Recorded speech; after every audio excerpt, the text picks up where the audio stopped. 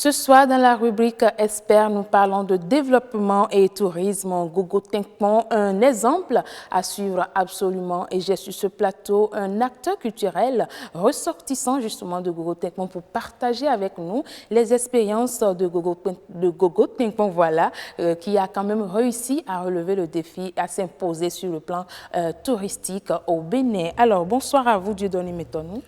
Bonsoir, madame. Comment allez-vous? Bonsoir, chers téléspectateurs. Nous allons très bien. Et les fils et filles de Gogo Tinkpon?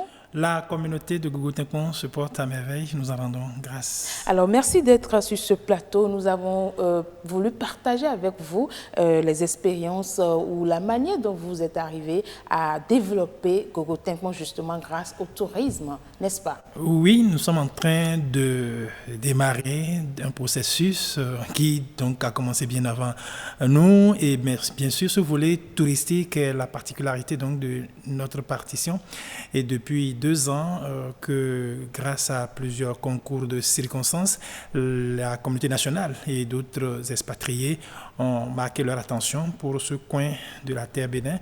Et donc, Gogo Tinkpon, ce village a 3 appellations, Gogo Tinkpon Mais, Gogo Tinkpon ou Gogo, l'abréviation la plus courte, qu'utilisent la plupart donc, des résidents à Gogo Tinkpon Mais ou à Gogo Tinkpon, ce qui est encore plus connu, notamment grâce aux réseaux sociaux et aux efforts de tous ceux qui sont curieux de connaître le milieu et qui ne cessent donc d'emporter avec eux la dénomination sur la plaque d'indication aux portes du département du Mono. Alors, Gogo Tinkpon est ce territoire de l'Atlantique, notamment de la commune de Pomassé, faisant corps donc au lac Aémé, un village semi-lacustre, dont les communautés portent les marques, les racines de plusieurs groupes socioculturels. Ils sont Fon, ils sont Mina, ils sont Huila, ils sont Hula, et d'autres groupes encore, sous-groupes donc de cette communauté multilinguiste.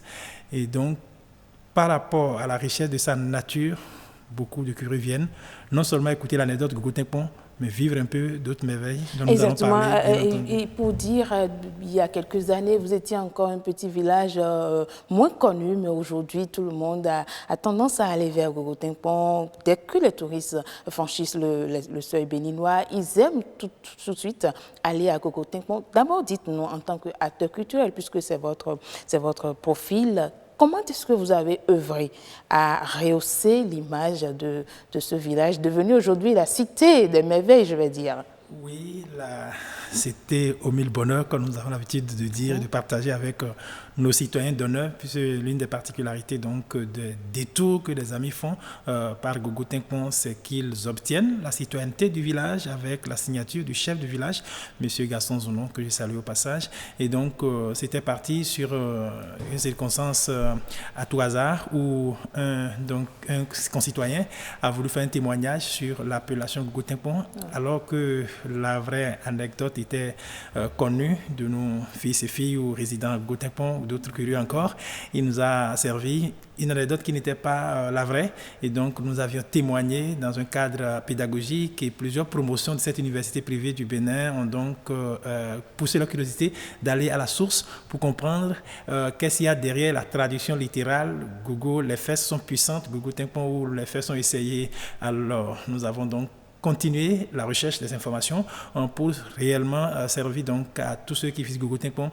La vraie anecdote qui au fait est une histoire entre les pêcheurs et les marieux, ces bonnes dames qui achètent avant de venir à l'histoire, je voudrais que sur ce plateau, on revienne déjà un peu sur les aspects, les stratégies que vous avez mises en place pour développer Gogo Tinkpon, vu que le temps qui nous est imparti n'est pas assez. Voilà, je me reprécise alors. Donc, c'est parti sur un coup de ces témoignages que nous avons fait dans un cadre pédagogique et du coup, beaucoup ont commencé à s'intéresser et grâce donc aux réseaux sociaux et aussi aux émissions, aux témoignages des uns et des autres, les excursions se sont multipliées et c'est ça qui donc a renforcé l'information, la disponibilité de l'information sur ce petit village au bord du lac Aémé. C'est ce que et donc, après cela, Christelle Sagouin nous envoie déjà Gogo Tinkpon à l'écran. Voilà, oui. Voilà. Et donc, c'est un peu de bouche à oreille et puis grâce donc aux médias notamment aux médias digitaux, la population est de plus en plus informée des merveilles de Gougou-Teignepont.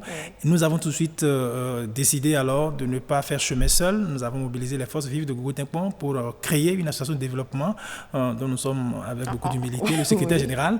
Et donc le président fait beaucoup pour que ce milieu soit connu. Qu'est-ce que vous avez fait? C'est ce que nous avons mis en place donc, une association de développement pour fédérer les forces vives du coin. Nous avons donc rassembler des informations aussi bien sur le plan culturel que naturel. Nous avons identifié et fait un petit inventaire des atouts du village et donc très clairement nous avons mobilisé de la matière pour ceux qui veulent savoir sur ce paysage-là ou vivre simplement dans ce milieu par immersion dans une campagne au Bénin. Et donc quand ils arrivent, nous avons globalement 3 ateliers ou 2 principalement.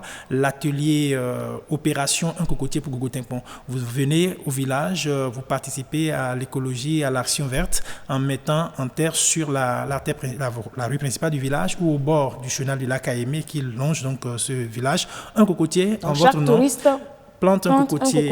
Et donc d'ici 4 ans, 5 ans, nous aurons des citoyens d'honneur puisqu'ils sont faits après l'opération de plantation, citoyens d'honneur donc du village par le chef de village. Cette opération terminée, nous apprenons donc notamment aux jeunes couples comment est-ce qu'il faut sculpter, puisque dans notre tradition, le corps d'un bébé se sculpte, puis il faut tailler ce bébé de sorte que physiquement, on ne trouve à lui reprocher. Et donc, nous mettons l'accent sur la formation des popotins. Comment est-ce qu'on peut apprendre à laver le bébé et lui dresser les fesses, comme nous avons coutume de dire, en allant à l'atelier de Dada Baïnon, c'est une des citoyennes de Gougou-Teignepont qui a là donc de garder les techniques traditionnelles de soins hygiéniques aux enfants. À passer cet atelier, nous allons à un autre, l'atelier Tobo. Tobo veut dire littéralement dans la langue Huilagbe ou Kolagbe de Gougou-Teignepont à Gougou-Teignepont et région bien entendu, l'argile de l'eau. Et donc cette argile a la particularité de rafraîchir le corps, de faire le gommage à travers le masque également, surtout aussi d'ouvrir les pores en nettoyant donc le visage et en rafraîchissant tous ceux qui en font usage. D'autres fonctions le sont trouvées, par exemple ramener un peu d'énergie, lutter contre la courbature. Et donc du coup, les visiteurs quand ils sont là, ils sont contents de découvrir donc cette matière écologique, si vous permettez. Est-ce que vous voulez nous dire que c'est parce qu'il y a une organisation autour du village, c'est-à-dire quand on vient pour visiter, il y a une organisation qu'aujourd'hui tout le monde a envie de venir à Gougou-Teignepont? Est-ce là ou bien il y a d'autres points? Il faut d'abord dire que l'information, la matière, ce qu'on y trouve en tant que patrimoine naturel accroche les visiteurs. Et donc, pour pouvoir porter cette information et la mettre à disposition des visiteurs, vous avez amené nous avons des tableaux donc une organisation en place qui permet donc de faire le tour des beaux paysages de Gougou-Teignepont. Voilà par exemple les mangroves qui longent de part et d'autre ce chenal du lac Aémé. Vous avez de part et d'autre donc de ce chenal cette végétation aquatique particulière.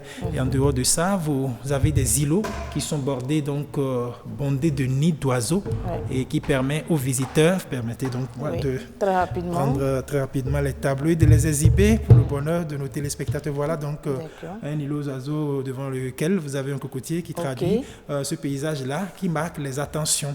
Et donc du coup, nous essayons de mettre en valeur aussi bien les atouts touristiques naturels et également le patrimoine culturel immatériel à travers l'art de dresser, de laver les bébés, de leur former les différentes parties du corps. C'est vrai que j'aurais aimé qu'on ait beaucoup de temps pour développer tout ça. Voilà, c'est vite parti, c'est très vite parti sur ce plateau. Mais ce que moi je retiens, c'est qu'il y a une stratégie autour de la visite de Gougou-Teignepont. Tous les week-ends, vous avez envie donc de visiter ce village. Il suffit de prendre la route de Cotonou vers Lomé. Après Ouida, vous êtes, disons, à 1 heure, 5 minutes ou plus de Cotonou, à 20 minutes de Ouida.